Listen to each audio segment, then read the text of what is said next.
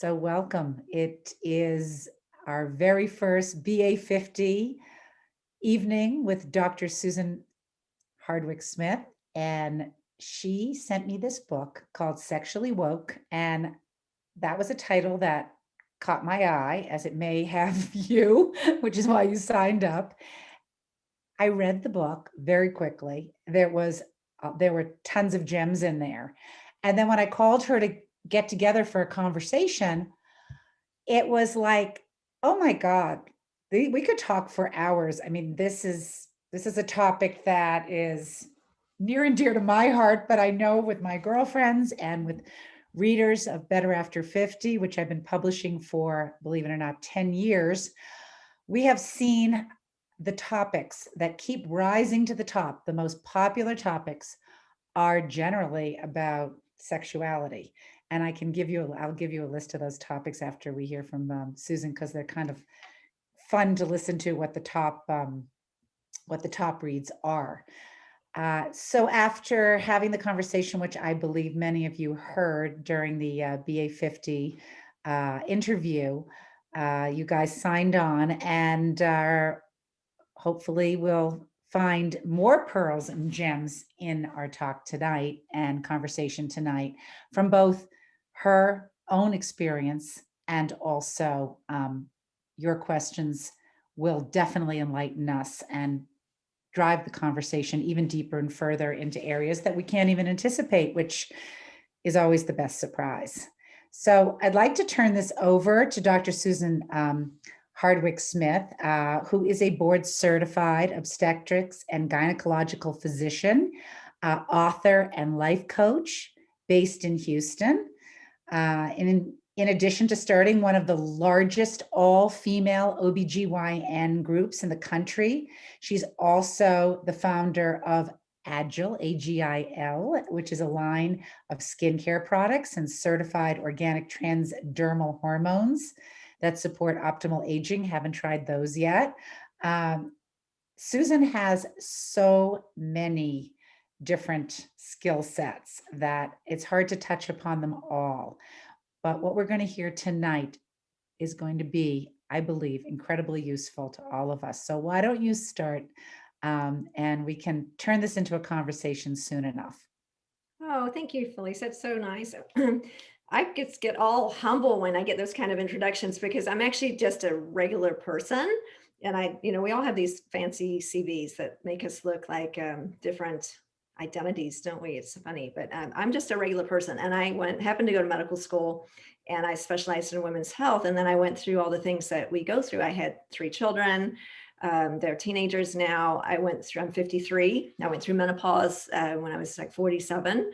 And I was giving advice to women, which is kind of funny now in retrospect. I was giving advice to women about menopause before it happened to me. And I realized when it happened to me, I had no idea what I was talking about. I just was saying the most stupid nonsense that you might have heard from your own doctors. And I joke, oh my gosh, I wish I could go back and like apologize to every single person that I talked to before I went through menopause and just say, I'm so sorry. I didn't know what I was talking about. So I realized there was this huge gap in knowledge and education, not just for women as a patient myself, but also physicians. And I was a specialist, a gynecologist who even said I specialized in menopausal medicine, which is really funny because I didn't know anything because we're not taught anything. And so it's really interesting that healthcare providers are not taught anything at all, like zero about menopause. Like in medical school, we learn about how to treat sickness. And I just think this is so interesting. We're not taught anything about how to maintain wellness. And that's a whole different thing. So we learn about the physiology of menopause and a little bit about the physiology of reproduction and how babies are made and things like that. And some of the ways it can go wrong and what you can do to treat that with surgery. And that's sort of about it. It's nothing about this holistic picture of what happens to us when we go through menopause. So I really focus on and it can be any age, right? I mean, some of you went through menopause in your 30s and some in late 50s, but just this massive sea change that happens between whenever after childbirth, like maybe 45 to 65 is kind of my world that I live in. And now I'm 53. So now it's sort of getting older because I'm like super excited about what happens after 65. Maybe I should look at that. So anyway, as a result of my own crisis of menopause, I just figured I didn't know where to get any help, and nobody was giving me any help, and I didn't know anything. So I had to go figure out how to do it myself. Like I couldn't find it, so I had to build it, which is why I ended up doing research that led to this book. And then I did have, Felice had a really nice description of my past life. I grew this gigantic OB-GYN group, which was fun. And then I actually left it last year, and I need to update my bio somewhere or another, because I just said, F it, I don't want to do that anymore. I don't want to do just traditional gynecology. And so now I have a different group that focuses just on midlife wellness and sexuality. So that's kind of what I do all day. Anyway, so I'm guessing some of you might have heard the little talk that Felice and I had. It was short, and we could have talked forever, but we were trying to not talk forever. But then we realized afterwards we hadn't really explored some of these exciting ideas. So if you did hear that, you heard a little bit about the book and the three, what I call the three secrets of the sexually woke. And you might have forgotten, and then you might have not heard the talk. So I'll kind of go over what those are briefly. So the book was the result of a study. I studied tons of women in the 45 to 65-year-old group, because I myself at that time was feeling very sexually not woke. Like I had not initiated sex probably in 10 years. I didn't care if I ever had sex again. Well, I wanted it back, but I just didn't know how. That's not quite true. I wanted to be sexy again, but I was so not sexy. I just didn't care. I wanted to watch Netflix and go to sleep. And you know, when you get in bed and you just want to go to sleep and someone's coming towards you wanting you to do one more damn thing at the end of the day, it felt like that. Like, just no, I just not interested.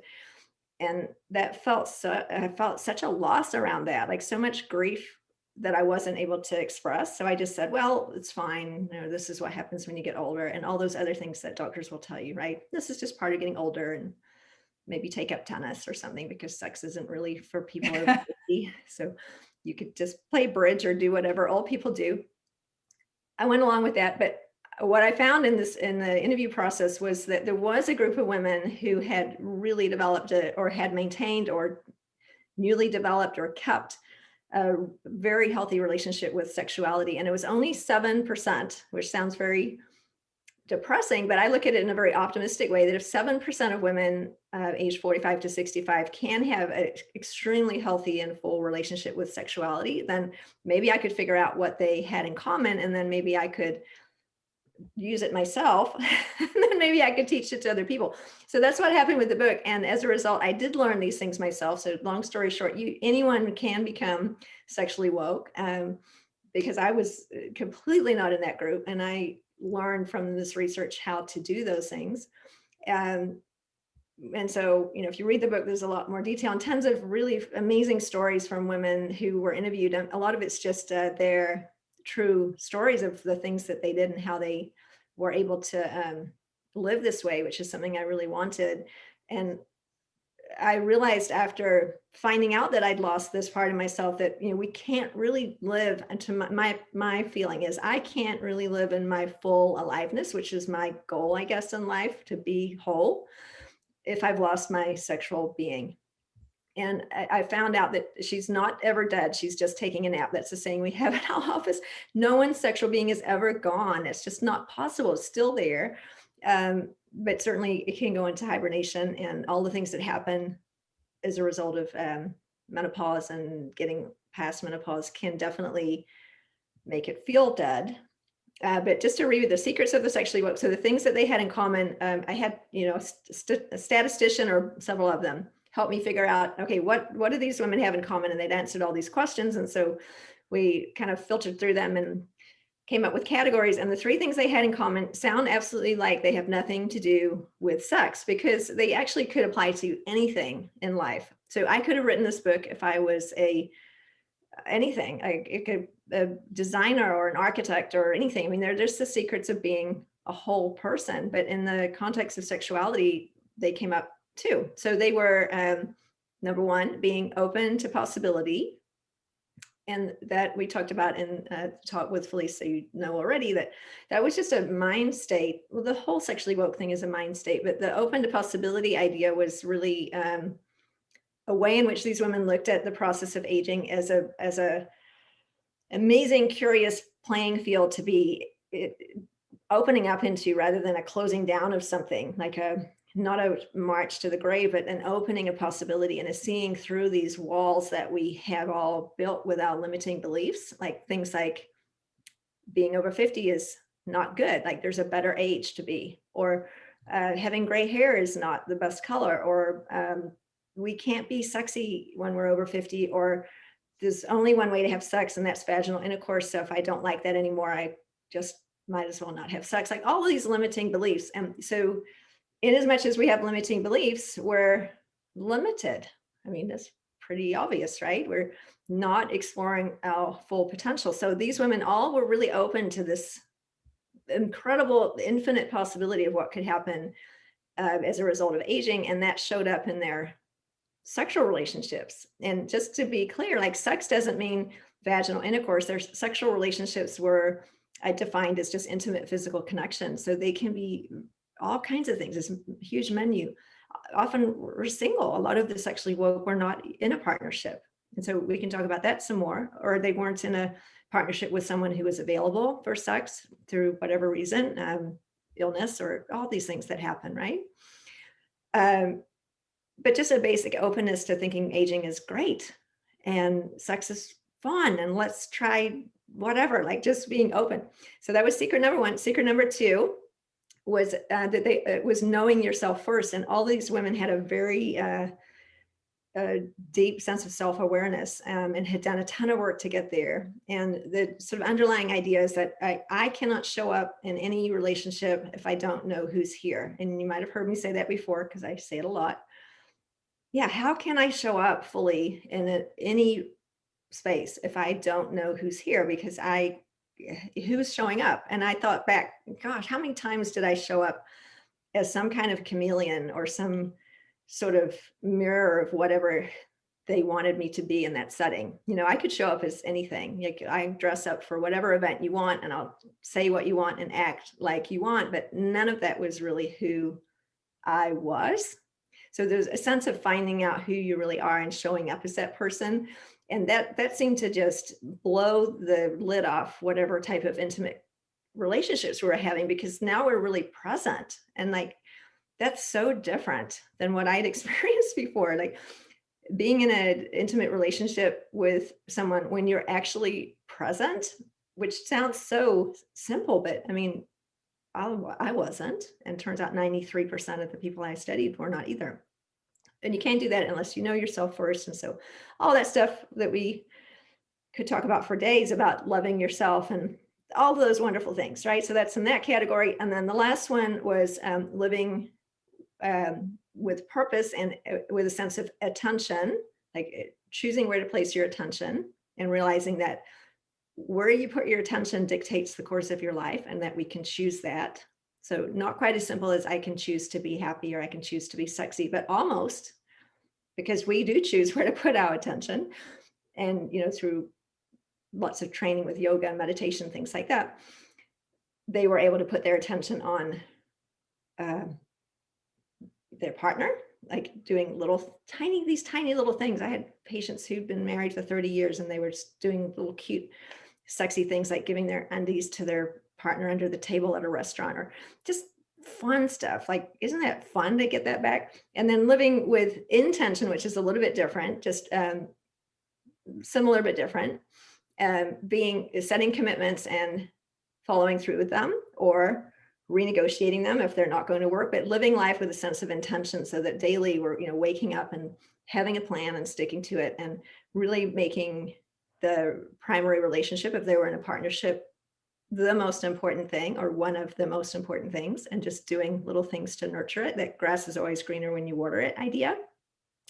So those were the 3 secrets, which don't really sound like secrets, but they're pretty good life advice. It turns out, I didn't make this up, again, that came out of a research study on sexual wellness. And so it turned out to be more of what I Felice said, like, sounds like what I hear at my yoga class. And yes, it is, because guess what? it's a spiritual event, turns out, having the best sex ever, especially when we're over 50. It's because we're not going to get pregnant anymore. So I just thought this was so fascinating. I started to think, okay, why do we even have sex when we're not fertile?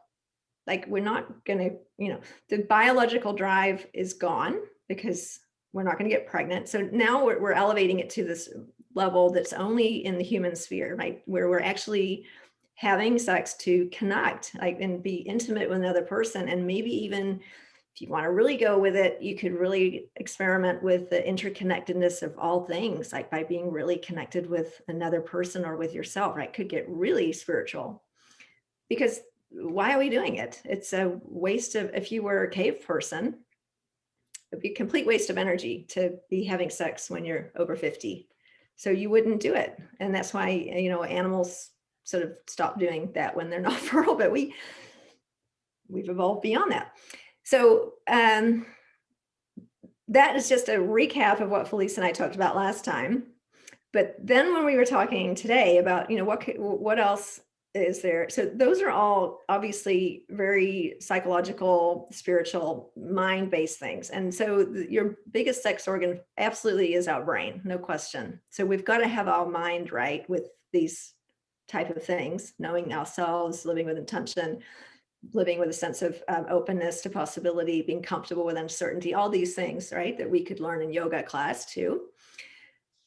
So, okay, I've done all that, but what about just the physical realities of getting older? So I can have my mind all tuned up, but I've got a vagina that feels like sandpaper. My partner can't have an erection. I don't have any lubrication at all. My body's changed in ways that I don't like, so I'm not comfortable with the lights on. These are all things that are really real. So I wanted to talk a little bit about like some of the physical stuff too. Like, what do we do about that? Because we need both. It's very a cliche, I guess, to talk about mind-body connection, but it so comes into play when we're talking about sexual wellness. I mean, because I can make you have the fanciest vagina on the planet with all the stuff we do in my office, but if your mind isn't into it, you're still not going to want to have sex, and vice versa. You can be, all, zenned out, and if the vagina is not in good shape, you're not going to want to have sex because it hurts. So, Felice, that's a lot, and I don't like giving monologues, but so Right. I would love to hear what some of the most common questions are that people have, and then I'd love to talk about whatever you think is most alive for you out of that before we invite questions, because there's all kinds of, so many directions I could go, but there's so many things that we can do to help the physical aspect too, which might be interesting to talk about. Yeah, so I would love to thank you. That was a great recap, and I actually heard it differently this time than when we spoke. I definitely heard you say something I didn't hear before, which is so obvious but so interesting to me, that there is no point in having sex after 50, No, except if you're human. I mean, like, right. are there no animals out there except us, except humans? I mean, that's a whole like science channel kind of thing, but still, that really struck me as very interesting. Yeah, the biology of sex is really interesting. And there's no way to prove this is true, but this is just my experience, right? So I did the study, and it showed that 93% of the women who I interviewed, who were just women like us, 45 to 65, had really lost their sex drive after they were not fertile. So that's a lot of people. I mean, it's almost everybody. And the 7%, they had probably lost it too, but they'd done a lot of work to get it back. So it just seemed obvious. And I had heard it a million times in my office, just from seeing, thousands, many tens of thousands of women over the 22 years I've been in practice. Everybody was saying the same thing, with very few exceptions, which is some version of, yeah, I kind of lost my sex drive after the kids were born, and, I'll consent to it, but it's more like, oh, okay, rather than yes. It's like, all right, can you make it quick? And my TV show starts in 5 minutes, so can you move your head over? Kind of very much kind of not 100% whole body yes consent. And so we're all experiencing this. I can't speak for everybody here, but I'm guessing that might ring true because that's just been my experience with women and me also. um, yeah, well, after we're not fertile anymore, there's something in our brain that switches off that drive. And, in younger women, and when we were younger, around the time of ovulation, we get really horny, right? Just like dogs do. I mean, we're still animals. It's a big part of our brain that still operates from just wanting to procreate. And so, men, interestingly, so this fits with my theory too, after 50, don't always, or most often don't lose their libido because they're still fertile potentially until they're, as long as they can have an erection, they could still, fertilize an egg when they're 90. So they're, in cave people days, they're out roaming around fertilizing eggs all over the town while we're at home cooking the, dinner. And so they don't lose their sex drive. So I just think that's so interesting. The biology is really interesting. And then we're working against our biology in that way to realize, hey, that part of my brain that says that I don't need to have sex anymore doesn't know that I'm actually a much more evolved being now than that. And I now have the intimate physical connection because I want to connect and I want to have pleasure and have fun and experience this amazing space of connection. And Well, yeah. thank you. But I also think that it's a very male driven conversation that we're having at this moment. And uh, I haven't done a big study, but I do have a lot of women in my life. I'd say a big conversation is dissatisfaction by women with their partners, and that women are interested, and yet the men are, it's not either they've been in marriages for a really long time, or they're not in a relationship at all, or they're beginning the dating process and the men are not fabulous at satisfying them. So this all uh, kind of is in a different direction. I just want to flip this around a little bit about the women having a interest and not finding their partners particularly interesting. And I'm just wondering if we could just flip it around and come in from that perspective, from a divorced woman's perspective, a widow, a single person, a marriage that's really been around for a long time, and a led all under the umbrella of a dissatisfied woman, Yes. or Well, hey, a who, woman who is looking, not that's a negative thing, a woman yeah, who is seeking to have more satisfaction. That might be a better way of saying it. yes. Well, so here's another interesting thing. So that reminds me of that. So the biology, that's one part, and it's not a universal truth because one of the most sexually active and interested groups of women that I ever met is women in their 40s who just got divorced.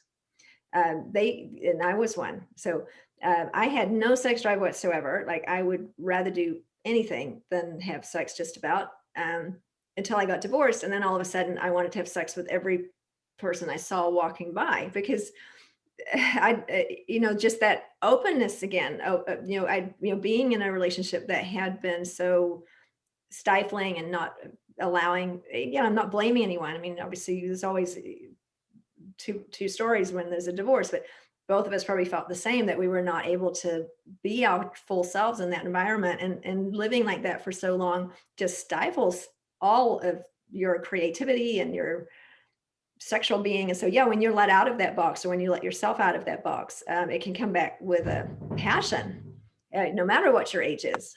So that's exciting. Keep in mind, it doesn't last forever because it's just relationships don't stay in that phase for very long, but it's a lot of fun. So yes, new relationships are an incredible source of new sexual energy just because of that newness. Again, that openness to possibility. We sense so much possibility when we've been previously sort of felt squashed, or I speak for myself, I felt squashed. And I know a lot of women do in some relationships. So we don't have to be in a partnership to be sexually woke. It's a mind state. And a lot of women in that group are single or in a relationship where they're not receiving that energy from another person. It's something that we give ourselves. We can be completely fulfilled sexually by ourselves. I mean, most of us here, or all of us know, I don't need a man to have an orgasm. I can do that just perfectly fine by myself. In fact, it's much more efficient, and we really don't need that if that's all that we wanted. Um, it is, connection with another human is a really magical space to be in if that's available, but we don't need it. And sometimes it's not possible. We might be with someone who's not available to give that for whatever reason, but it doesn't mean we can't still have it. I don't know if that's sort of I a think space. that's really powerful and really important to Yes. say because that dependency on somebody else for our satisfaction Mm. after we've reached a certain age is something that I see from readers and writers and conversations, something that we don't want to give into anymore. Women over Yeah. 50, I know uh, just from having this whole this whole focus group of articles and readers are feeling freer and more empowered than they ever have before. And I would say this topic is the way you are presenting it is really fantastic and powerful. And it's okay not to depend on somebody else for your satisfaction.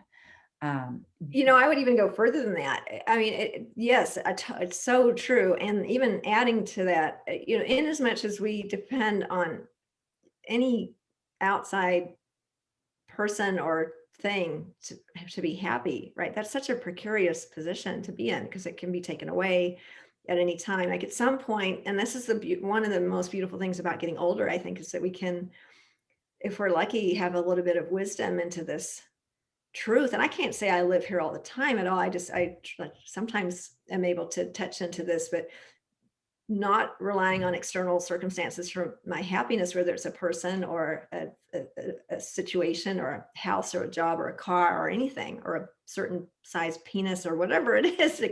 Yeah, if my happiness is dependent on any of that, I'm in a very precarious position because all of that's impermanent, right? None of that's going to last. And wouldn't it be great if we could just be happy, you know, with this? And humans need connection. It's a basic human need. No, we don't live alone. Like we cannot operate alone. So not suggesting to go live in a cave at all. But if I can operate in relationship without being needy, that's a whole nother talk. One of my favorite talks about codependence, that this like clinginess where you like grasp onto each other just to stay alive. And it's so unhealthy. And I'm an expert at it because I lived that way for like 18 years.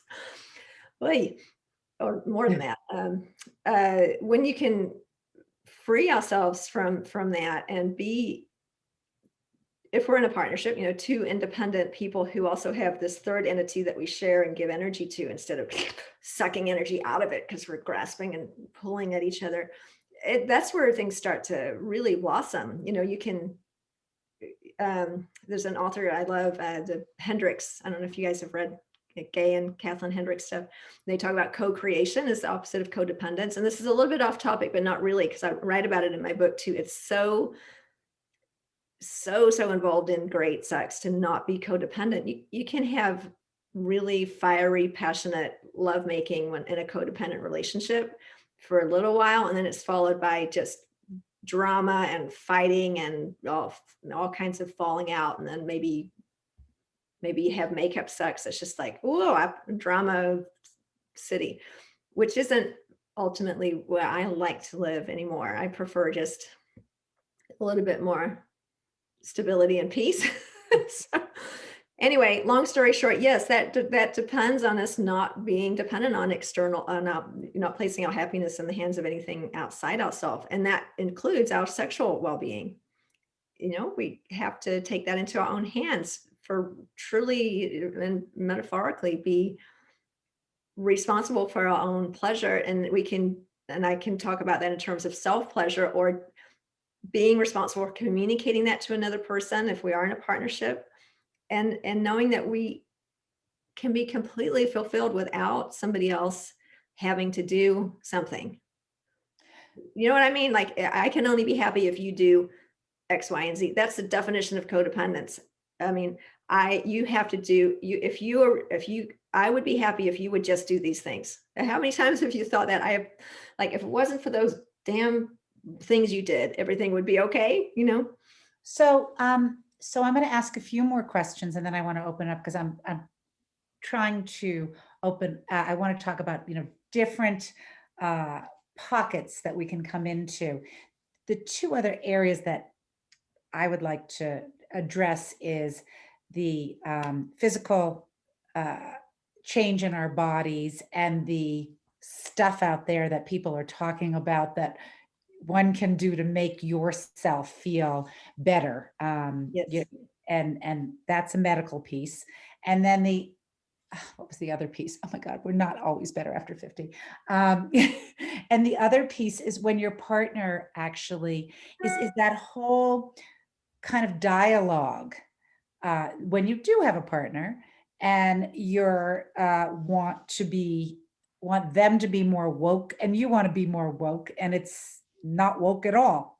Yeah, I So love it. Okay, where should we start? Okay, so stuff you can do, because this is I can tell you, if I had been presented with what I just said when I was in my not woke phase, I would have just probably turned the camera off and gone back to watching Netflix, because I would have said, there's no way I can do that. I mean, you can talk all day about knowing yourself and all these things. That's too hard. I mean, I can't do that. I just don't have a desire for sex. So what, I can't do all this stuff if I have no libido. And where do you even start? So there are some physical things that cause it to happen. Once we stop ovulating, and obviously we all know we lose estrogen and progesterone, but we also lose testosterone. So testosterone depletion is a huge player in decreasing libido. So I know that hormone replacement is a bit controversial, but I'm a huge proponent of it. I take hormones myself. One of the hormones that I take and I recommend for women's sexual wellness is testosterone. And of course, we don't want to grow a beard or have acne or facial hair. We don't give it in those doses, but our testosterone peaked at around 30 for men and women, and then it has a slow decline over time. So whatever your testosterone level is, if you're over 50, we know it was much higher when we were younger. And so elevating testosterone is an amazing way to improve sex drive, muscle mass, memory, energy, helps with sleep. I mean, it's probably reduces the risk of breast cancers. Tons of emerging data about how important that is. So that's something. And then the other hormones too, the other big three, the testosterone, estrogen, progesterone. So I personally think that unless you have a contraindication to it, which are very few, like a personal history of breast cancer, there's a lot of reasons to think about doing that. And we can talk about those at another time, but hormone optimization is huge. So when you've got your hormones optimized, you won't have vaginal dryness, you'll have libido again, and then you can start thinking about doing these things that we're talking about, doing the work to know yourself, doing the work to communicate better. I found it impossible to even start that when I had no desire to do it. Like, I just was like, yeah, I'd like to be sexier, but I can't. Where do you start? So for me, hormones were really important in that journey. And then, do you guys want to talk about stuff like the O shot and vaginal laser and all these other fun things? yeah, just tell us what they That are. O thing. Okay. So Felice said, what's that O thing? Okay. I said, what is that? Somebody said they just got an O shot. I'm like, oh, what's Okay. that? Is that why they say oh? Yeah. Well, so some clever guy, it's a man who came up with that brand name. I mean, that's tragic that a man did that, but because a woman should have done it. But so background on platelet-rich plasma. So you may know platelet-rich plasma is this stuff that we get from drawing your own blood. So if you go into the office and we draw your blood, so it's your blood, and then it's spun down to get rid of the red cells, and you get this, we call it like magic golden little nugget of plasma that's very dense in platelets. And you inject this stuff anywhere in your body, and it will create new blood vessels and in turn create new nerves that grow. And so it's been used for years in orthopedic and wound healing applications. So if you're a professional athlete and something happens to your knee, they inject you with platelet-rich plasma so you can get back on the field faster because it heals much faster. If you have a wound that won't heal, or you're a burn victim, that will help heal your wounds. And then people discovered if you injected it into your head, it'll actually make new hair grow back. So wherever you put it, you get new blood vessels. So this very clever guy named Charles Reynolds decided to do studies on injecting it into the clitoris and the anterior vaginal wall, where the G spot is, or some of us don't perceive that, but if this is your vagina, like right in the front, right where your urethral opening is, just a couple of centimeters behind it, many of us have a really sensitive spot. So he did studies injecting platelet-rich plasma into the anterior vaginal wall and the clitoris. And that sounds painful, but I've had it done probably 5 times. It doesn't hurt at all because we use topical local anesthetic. And anyway, going back to Dr. Reynolds, did lots of biopsies before and after, and I dramatically showed an incredible improvement in the vascularization of the clitoris. And so the nerves become more healthy. And long story short, it helps you to have quicker orgasms, more sexual arousal, all those good things. And it's real science. I mean, platelet-rich plasma, wherever you put it, you'll get new blood vessels. And so Sounds like Botox for the clitoris. Yes, it's even better because it lasts longer. It lasts for 6 to 12 months. And so I've had it a few times. For me, it lasts about 8 months or 9. After 8 or 9 months, I'm like, oh, I want another one, because this is a true story. And I tell everyone this. I'll tell you. So I had already become sexually woke. So I've got a great relationship with sex and written a book about it and taking hormones. And so I'm pretty darn good, but I'm like, still, it's like taking longer to have an orgasm. It's like 15 minutes. And I'm like, oh, forget it. It's too hard. Just not feeling like there was as much blood flow. So I said, well, I'll try this O-shot thing, and probably won't work because I'm skeptical.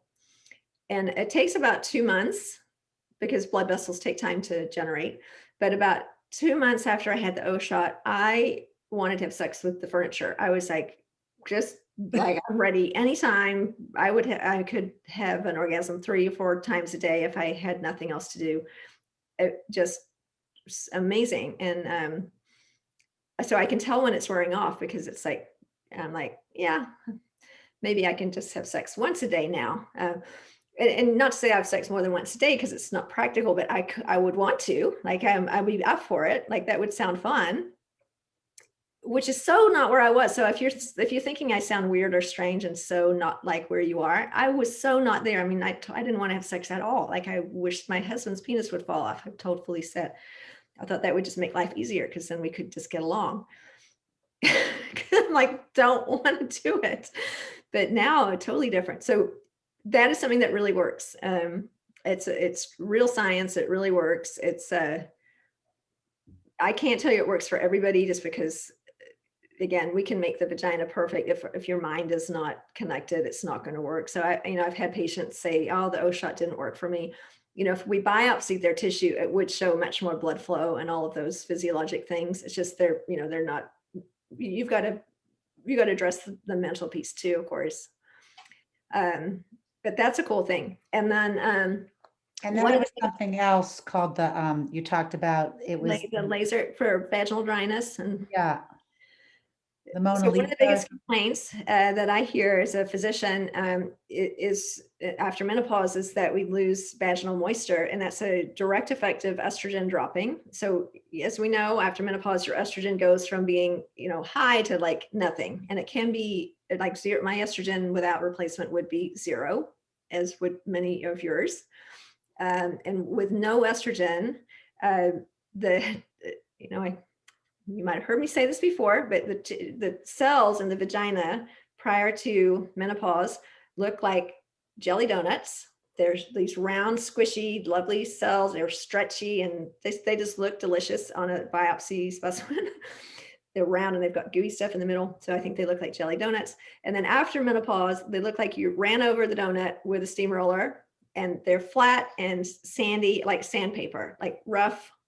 And so when you pull tissue paper or sandpaper, it would just crack, right? And it doesn't stretch anymore. And then you get these little linear paper cuts. So it hurts and nobody's having fun. And so this is not a very good position to have like a really great sexual experience. Like, right? That's very not a good position for having an optimal open experience. It's more this kind of, that with dry sandpaper or vagina, you're not going to feel like that. So we've got to address that if any provider is talking about optimizing sexual health. So estrogen, super helpful. You can take it systemically through your whole system or in the vagina, and that's amazing. Now, some women cannot take estrogen or they don't want to, and that's fine. There's other ways to restore moisture. Laser treatment is incredible. So that was developed to treat women with breast cancer, but you don't have to have breast cancer to do it. Basically, we there's a glass sleeve that goes inside the vagina. The laser goes inside the sleeve so it doesn't touch directly onto the tissue. And then I've had this done. It goes like pop, pop, pop, pop around the inside of the vagina. It's hot, so it's a little uncomfortable. But just like if you did it on your face, you're resurfacing the inside of the vagina. We do 3 treatments a month apart, and it can turn like a desert of a vagina into like jelly donuts again, which is really transformative for women who've had breast cancer, for example, and just really thought, my doctor told me there's no hope. There's nothing I can do. So that's available. And so I actually do laser and then platelet-rich plasma on top of it. So we get all these little holes punched in the tissue with the laser. Sounds painful, but again, we use local anesthetic. And then we put platelet-rich plasma in there, and it has channels that it can seep into. And PRP works best on wounded tissue. So it just goes straight in there and starts bringing in collagen and blood vessels to help with healing. And it really is transformative. So, and you can do this on your face and anywhere, but doing it in the vagina is amazing for sexual wellness and getting rid of that fear that it's going to hurt. Because I don't want to do anything that's going to hurt. Like that is our natural system will just shut down from that. Is there anything that's not surgical and not a pill, or is there a fantastic lubricant or something for women that you suggest? There are fantastic lubricants, and my favorite ones are by a company called Rosebud Woman. So Christine Mason, who's a friend of mine, she became a friend after I found out about these products. Just amazing woman who, similar story to many of ours, like saw this need and wasn't able to find a good product. So she's a businesswoman. She's like, well, shoot, I'm going to create one. So Rosebud Woman products are amazing. Organic, all the words you love, like not tested on animals, natural, fabulous. And they're great. But the caveat, I think, is that what you're doing is putting lubrication over unhealthy tissue. And I would much rather have healthy tissue that makes the moisture on its own. So yes, you can put lubricant over unhealthy tissue, and that's a good start. But my goal would be to get your tissue to produce it itself, and then you don't need the Rosebud Woman products anymore because you're making it on your own. And that's where hormones and laser and things like that can help. But yes, as a short-term solution, these products are just fantastic. And she's an amazing, advocate for after 50 wellness. So yeah, you kind of do have to do something. So I guess to your point, you can't meditate or pray your way into making your vagina healthy. We've got to do something. We've got to treat it somehow, change it. And we can also not do that. So let me just also say, like, if you don't want to do that, that's totally fine too. And there's lots of ways to have sex, and you don't have to have vaginal intercourse. I like to keep the menu open personally. I might not have vaginal intercourse, but I like to be able to have it on the menu. So if my vagina is really dried up so I can't have it, I don't like being told I can't do something. That's just my personality type. I'm gonna keep it open for business, may or may not use it, but it's also painful just walking around when you have atrophy, that's what we call it, when the vagina gets really dry. And some of you might have experienced that. Even when you're not sexually active, it's just uncomfortable to go to the urinate. It's just, everything's uncomfortable. So it is nice to have jelly donut cells instead of sandpaper down there. And it just keeps the menu open, because we don't want to, even if you're not in a relationship, or you're in a relationship where vaginal penetration isn't a thing, maybe that'll change. Who knows? Like, I don't want to shut anything off. That's my So thought. this is a lot of incredible information that I don't even think most of our personal physicians have as much time to discuss with us. So this is really helpful. The last question, which I had brought up before we open this out to my question, and then anybody is, we really would love to hear from you guys in the chat section. And we even want to do a giveaway. The first 3 questions will get a free book. Yes, we want to make you ask questions, so we're going to bribe you. The first 3 good questions, they have to be good questions. But we'll say that.